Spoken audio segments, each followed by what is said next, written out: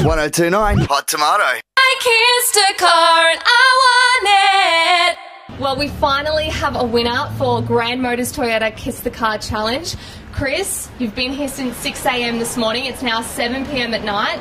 You've lasted through an array of challenges, snakes, spiders, you've had the car washed, it's also been torrential downpour, and you are the winner of this fabulous Corolla. How does it feel? Oh, it's amazing. Nothing like this ever happened to me. Most I've ever won is $30 on the pokies. So this is unreal. I'm loving it.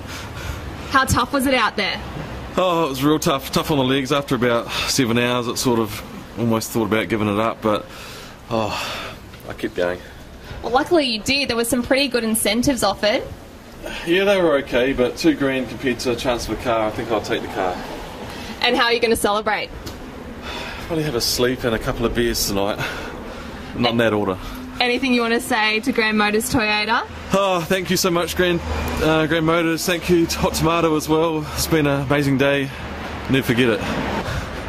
Well, congratulations once again, Chris, and enjoy your brand new car. Thank you very much. It's been amazing.